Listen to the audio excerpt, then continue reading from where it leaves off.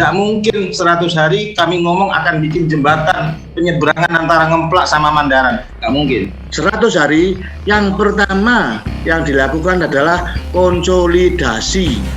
Ingin memfungsikan aset-aset pemerintah kota yang selama ini mangkrak dan tidak berjalan. Yang paling prioritas adalah menyusun program-program yang sudah menjadi janji politik maupun program-program dari paslon nomor 1.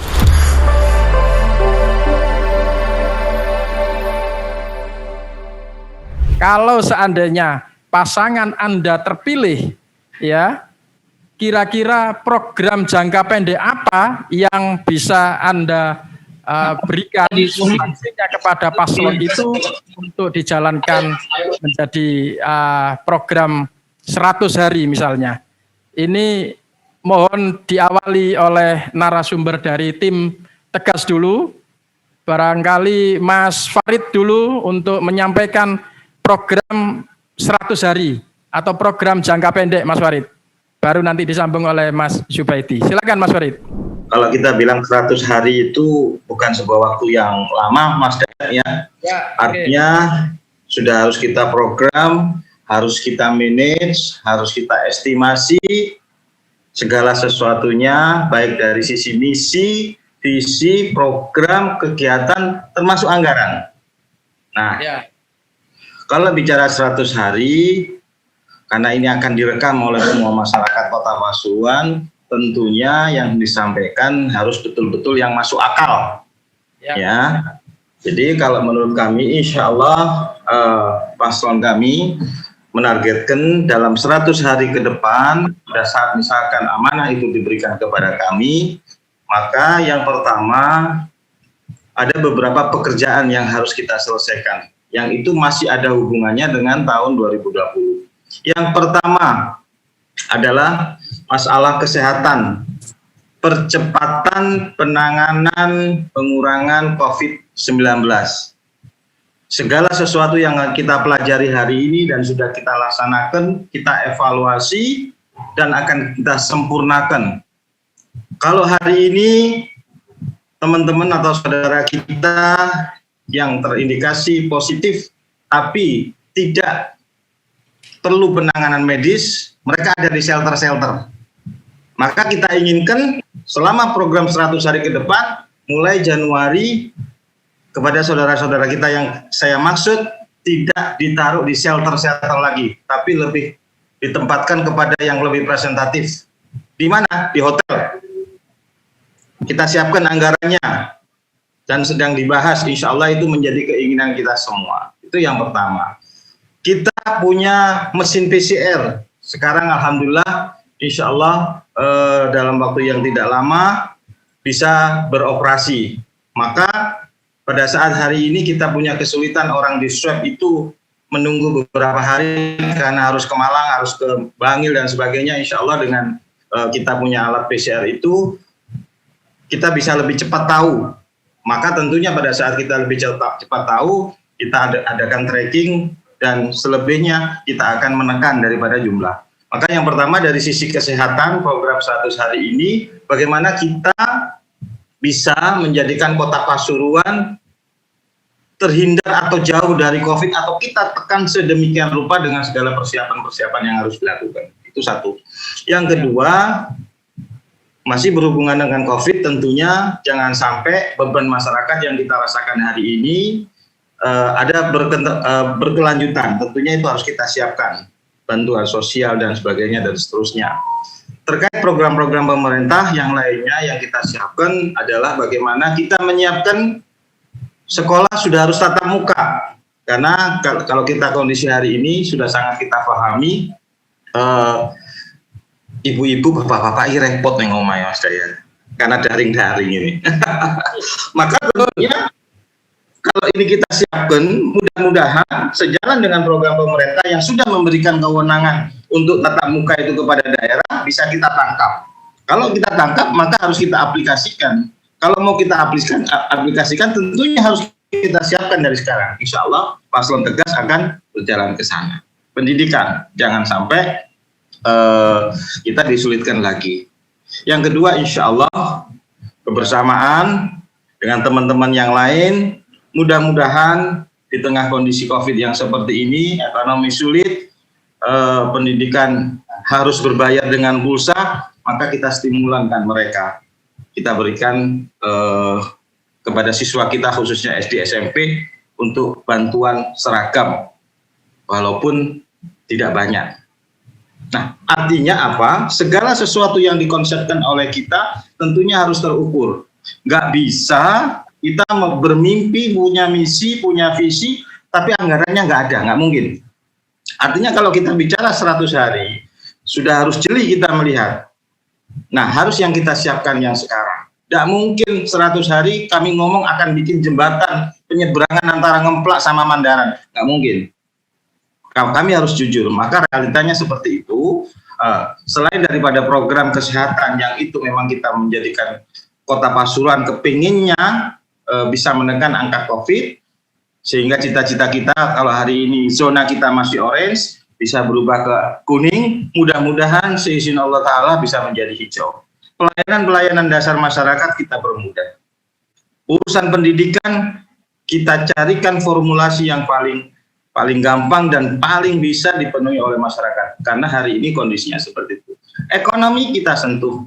Mudah-mudahan anggaran kita bisa membackup urusan bantuan sosial kepada masyarakat, walaupun itu berdampingan dengan bantuan provinsi dan bantuan pusat.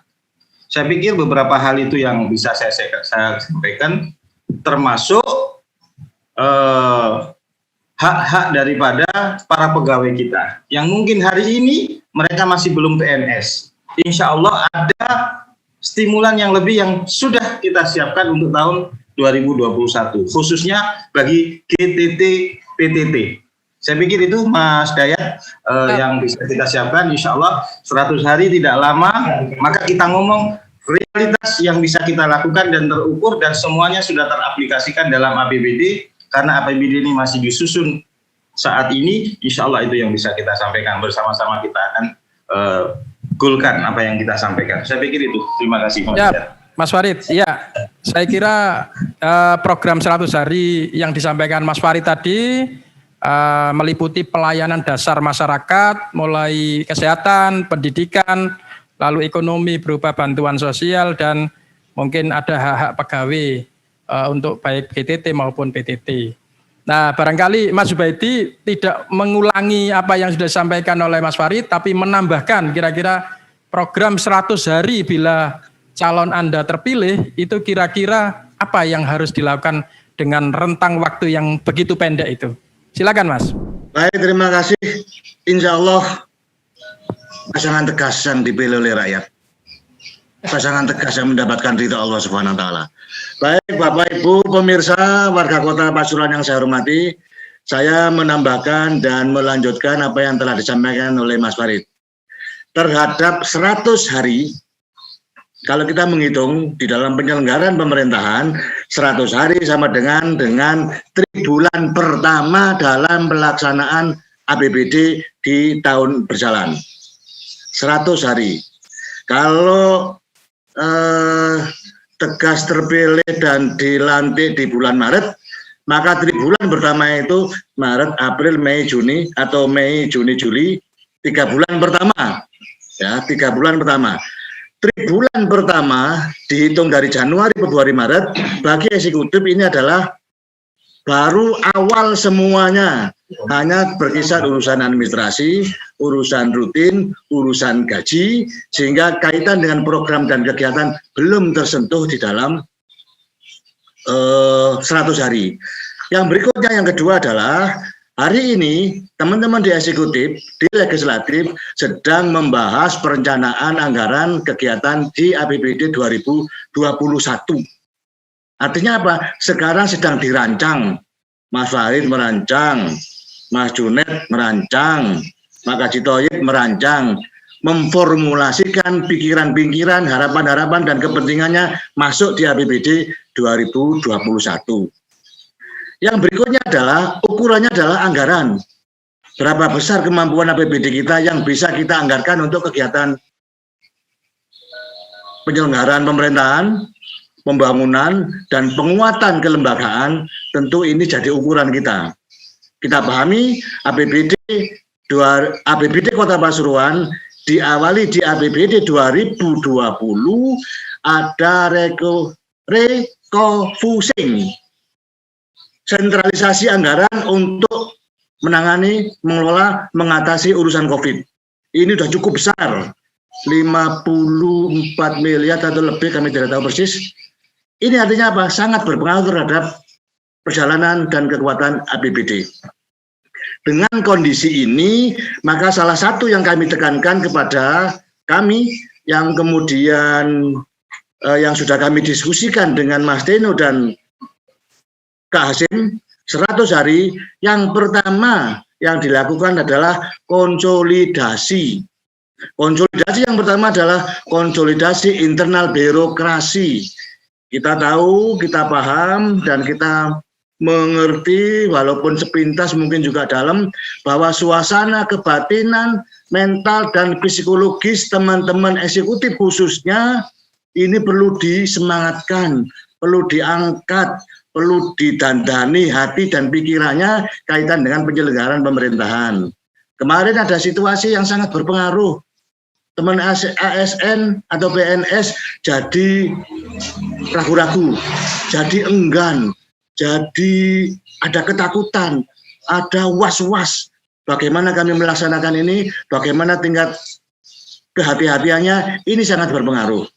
Sehingga konsolidasi internal dalam birokrasi, kaitan dengan penyelenggaraan pemerintahan, kaitan dengan organisasinya, kaitan dengan personalnya, batinnya, ini harus jadi perhatian pimpinan untuk dibangkitkan kembali.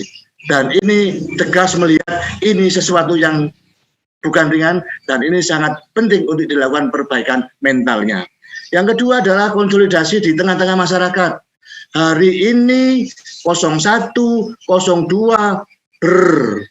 bersambang masyarakat, komunikasi dengan masyarakat, mungkin juga anjang sana, anjang sini, mungkin juga dibawa sana, juga dibawa ke sini, juga ke sana, dan kemudian kembali ke sini.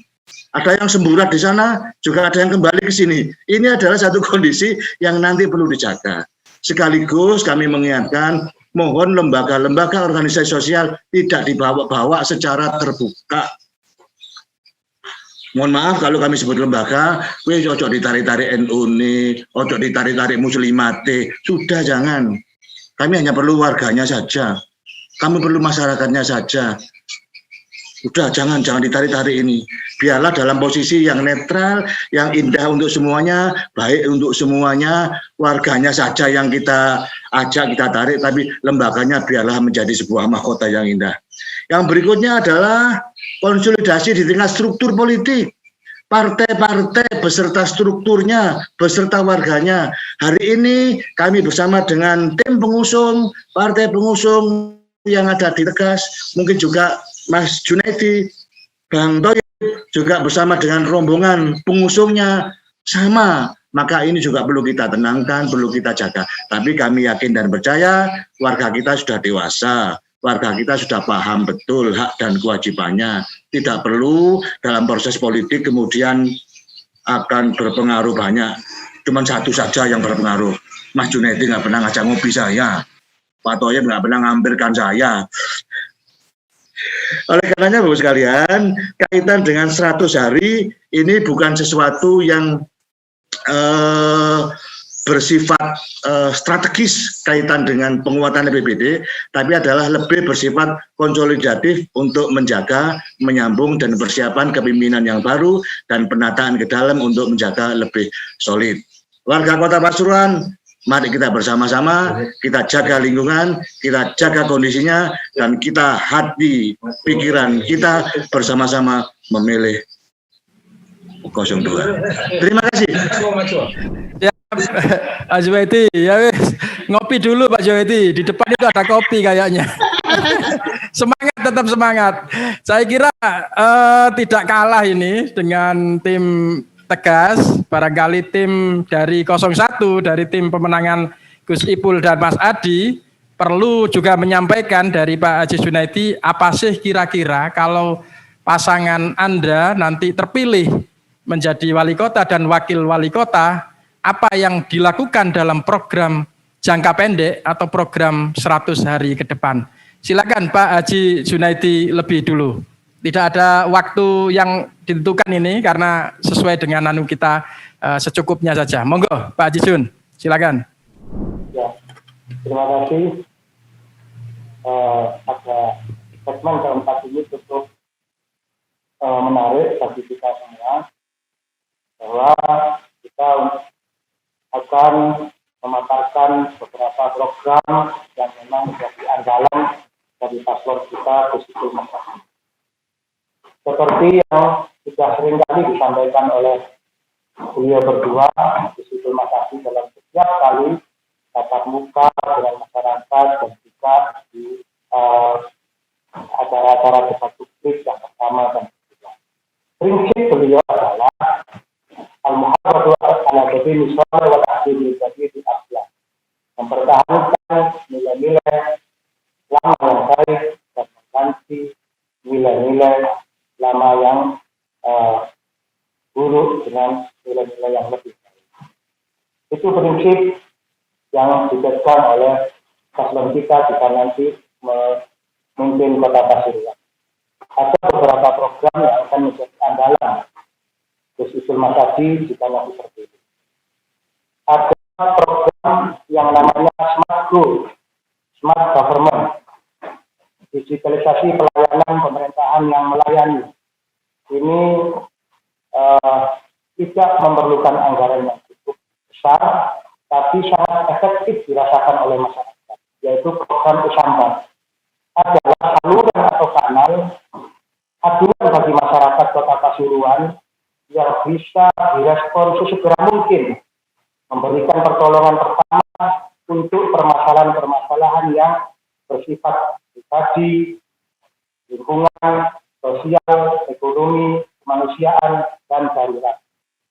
Gus Ipul Masadi ingin pemerintah itu lebih dekat dengan masyarakat, dengan rakyat, cepat, tanggap dengan curhat-curhat mereka, dengan sambat-sambat warga. Begitu banyak keluhan yang kita lihat saat ini sudah ada di masyarakat. Sambat-sambat warga yang selama ini tidak cepat direspon oleh pemerintah. Karena tidak ada saluran atau kanal untuk merespon itu. Misal, bagaimana jika warga itu kehilangan KTP, tentu akan membutuhkan proses yang sangat jelimet. Bagaimana jika warga itu mendapat pelayanan yang tidak baik di rumah sakit, ditolak oleh rumah sakit. Bagaimana jika masyarakat itu mengalami bencana sosial seperti rumah rubuh, banjir, butuh ambulan, air sediaan yang mampet, lansia dan orang tidak mampu yang tidak terurus. Nah, ini program Usambat adalah program andalan Gus Ipul Masadi jika nanti terpilih. Pemerintah itu harus hadir lebih cepat, tanggap, merespon keluhan-keluhan, merespon sambat-sambat warga. Maka karena banyaknya sambat, dan itu harus dibuatkan saluran sistem melalui aplikasi yang ada dan itu cepat merespon. Warga cukup WA di nomor tertentu yang sudah disediakan dan itu akan direspon dengan cepat oleh pemerintah. Yang kedua adalah digitalisasi pelayanan kesehatan. Seperti yang kita ketahui bersama bahwa saat ini jika masyarakat kita warga Kota Pasuruan yang berobat ke rumah sakit turut misalnya, mereka harus datang untuk mendapatkan nomor antrian yang nomor urut yang pendek-pendek, itu harus datang lebih awal, datang jam 3 atau sebelum subuh atau sesudah subuh, mengambil antrian. Setelah itu baru dilayani oleh pemerintah, oleh dokter di urut jam 9 sampai jam 10. Dan setelah itu mengambil obat nanti jam 3 sore. Ini fakta. Dan ini harus segera dirubah. Bahwa sekarang era digitalisasi. Rumah sakit urut hanya perlu menyiapkan aplikasi atau handphone WA masyarakat itu cukup daftar melalui WA dari rumahnya, tidak perlu antri berjam-jam. Tentu ini akan menyulitkan bagi yang sakit dan pihak keluarga yang mudah. Yang selanjutnya adalah kita akan mencoba merumuskan sebuah program yang cukup besar manfaatnya di tengah-tengah masyarakat. Seperti yang kita ketahui bahwa pandemi COVID-19 ini masih memerlukan sebuah program kegiatan yang untuk bisa masyarakat itu terutama anak-anak sekolah yang saat ini, anak-anak SD, SMP yang tidak bisa tatap muka di sekolah karena masih pandemi. Kita tidak tahu di wacana 2021 pemerintah akan melakukan tatap muka. Tetapi jika melihat grafik peningkatan warga masyarakat yang terpapar COVID, kita sudah menyiapkan bagaimana seandainya nanti di tahun 2021 pemerintah masih tidak memperbolehkan tatap muka untuk anak didik kita oleh dari SD, SMP. Nah itu programnya adalah memasang WiFi gratis hotspot di tiap-tiap RW. Karena ini berkaitan dengan COVID. Dan seperti yang kita ketahui, ada dana-dana refocusing yang memang diperuntukkan untuk COVID-19. Kita akan menghitung bagaimana kebutuhan anggaran yang akan dipersiapkan. WiFi gratis di tiap-tiap RW ini sangat penting untuk membantu warga masyarakat, terutama anak didik yang tidak bisa sekolah dan tidak bisa tatap muka di sekolah melalui daring. Memfasilitasi mereka-mereka yang tidak punya HP Android, tidak punya paketan, tidak punya WiFi, kita sediakan hotspot di tiap-tiap RW yang nanti itu di RW tempat yang punya user ID dan passwordnya.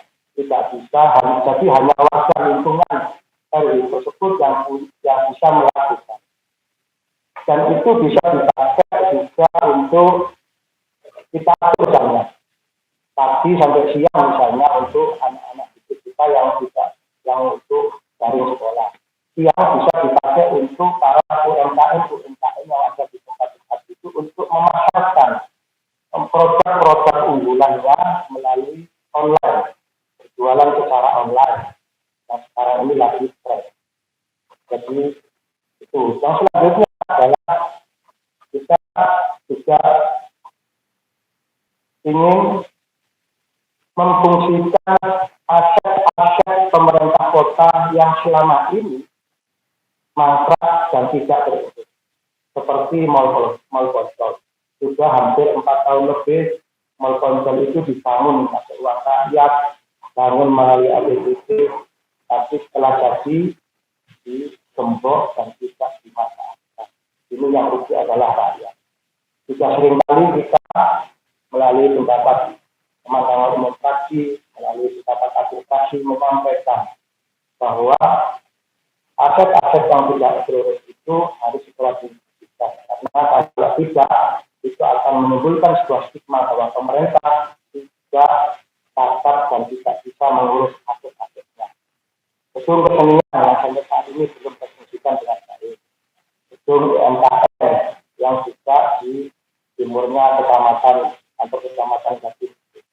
Nah, kita akan memfungsikan aset pemerintah kota ini yang dibangun pakai uang rakyat agar bisa dipakai untuk kepentingan pemerintah maupun melayani masyarakat. Yang selanjutnya, ini juga lebih penting bantuan untuk masyarakat yang terkena COVID-19. Ini penting untuk kita teruskan dan perlu akan kita tambah jumlah penerima dan juga nominalnya. Karena ini adalah salah satu upaya pemerintah untuk bagaimana mempertahankan ekonomi masyarakat ini agar bisa tahan di era pandemi. Saya kira itu Pak saya program-program unggulan yang nanti akan diwujudkan selama 2 hari. Terima kasih. Ya, terima kasih. Saya kira jelentreh juga ini yang sudah disampaikan oleh Pak Haji Abdullah Junaidi. Saya cuma merangkum sedikit biar nggak diulangi oleh Pak Haji Thoyib. Jadi Pak Haji Thoyib nanti nambahi saja. Waktunya kita juga biar lebih banyak diskusi dengan peserta yang lain. Jadi tadi ada Smart Go atau Smart Government, ada digitalisasi pelayanan kesehatan, ada program penanganan COVID termasuk bantuan, akan ditambah lagi bantuan bagi peserta atau jaring pengaman sosialnya, lalu ada wifi gratis tiap RW, lalu ada inventarisasi aset-aset pemerintahan. Itu yang sudah disampaikan oleh Pak Haji Jun. Silakan Pak Haji Thoyib, barangkali ada tambahan dari program 100 hari bila pasangan Anda terpilih. Monggo Pak Haji.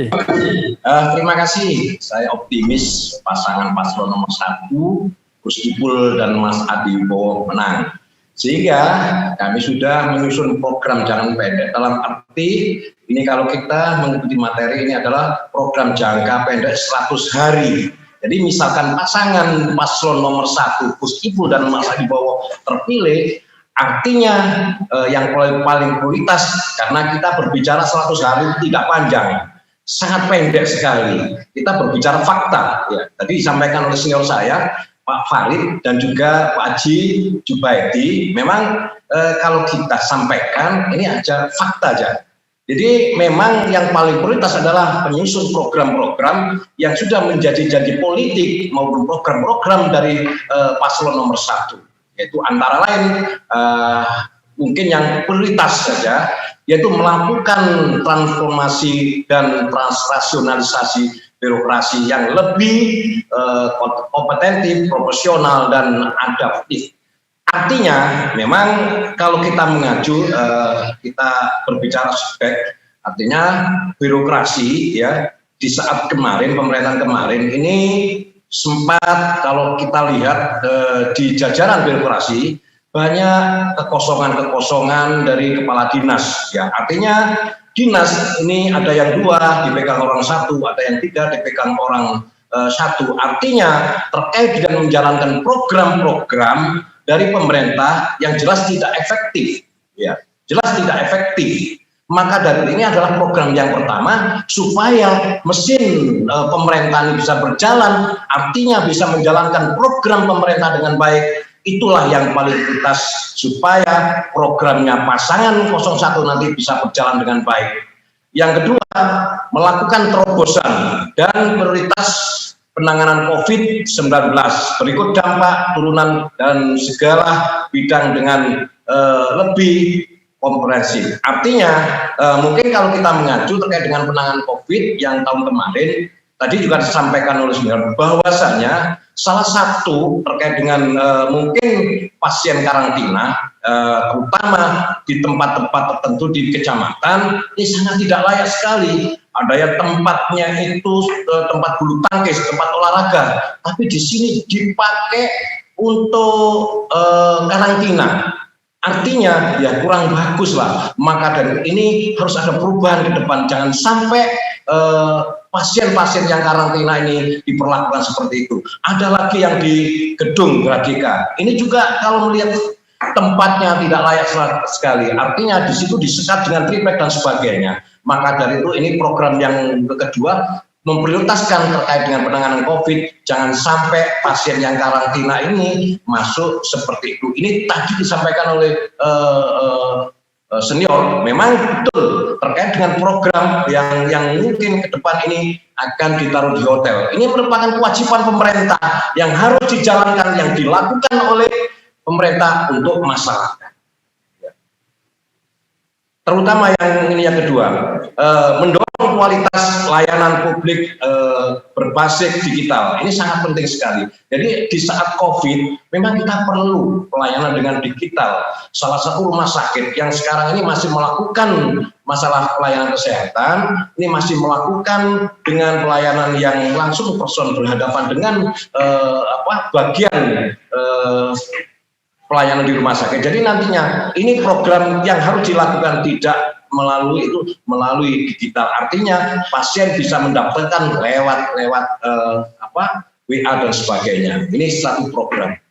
Yang terakhir mungkin ini yang perlu kita sampaikan pada masyarakat Kota Pasuruan terkait dengan dunia pendidikan. Ini memang sangat prioritas, apalagi di masa COVID ini anak-anak kita yang mungkin banyak melakukan daring, belajar di rumah, ini sangat menyulitkan orang tua. Karena kapasitas orang tua sebagai tenaga pendidik juga kurang. Artinya mungkin banyak kegiatan-kegiatan anak ini yang kurang efektif sehingga untuk pembelajaran sekolah dengan sistem daring ini perlu ada perubahan. Jadi tadi disampaikan memang betul nanti tahun depan ini program pemerintah yang dijalankan nanti anak-anak sekolah ini tidak lagi daring tapi satu belajar dengan berhadapan. Tapi ini ada sistem yang dilakukan, mungkin sistem acak dan sebagainya itu dibatasi sesuai dengan protokol kesehatan. Dan program-program yang sangat prioritas ini juga termasuk di fasilitas pendidikan, terutama masalah tempat, yang mudah-mudahan ke depan di saat pasangan Gus Ipul dan Mas Andi Mujadi ini jangan sampai terjadi, sampai ada sekolahan roboh dan sebagainya, sehingga ingin bikin trauma dari anak-anak kita yang dalam menempuh pendidikan di kelas. Jadi jangan sampai terjadi seperti itu. Ini sudah disusun oleh program-program oleh pasangan Gus Ipul, terutama terkait dengan program-program yang masuk dalam visi misinya pasangan nomor 1. Jadi mungkin itu kita secara umum saja karena tadi disampaikan oleh Pak Haji Junaidi secara detail, secara perinci terkait dengan program-program. Jadi saya cukup secara umum saja yang kita sampaikan. Mudah-mudahan pasangan Gus Ipul Mas Andi Bowo tanggal 9 Desember 2020 menang sebagai kontestasi Pilkada Kota Pasuruan. Mudah-mudahan masyarakat kota semakin simpati, tinggal beberapa hari lagi untuk memilih pasangan 01. Terima kasih. Mungkin itu Mas Dayat, saya nggak terlalu banyak karena tadi sudah dikupas tuntas oleh saudara saya Pak Haji Junaidi. Ya, terima kasih. Mungkin itu ya. Saya kira yang terakhir itu nanti di closing statement saja Pak Haji, jangan disampaikan sekarang. Oke, jadi ada tambahan dari Pak Haji Thayyib soal transformasi birokrasi, lalu ada terobosan penanganan COVID dan dampaknya.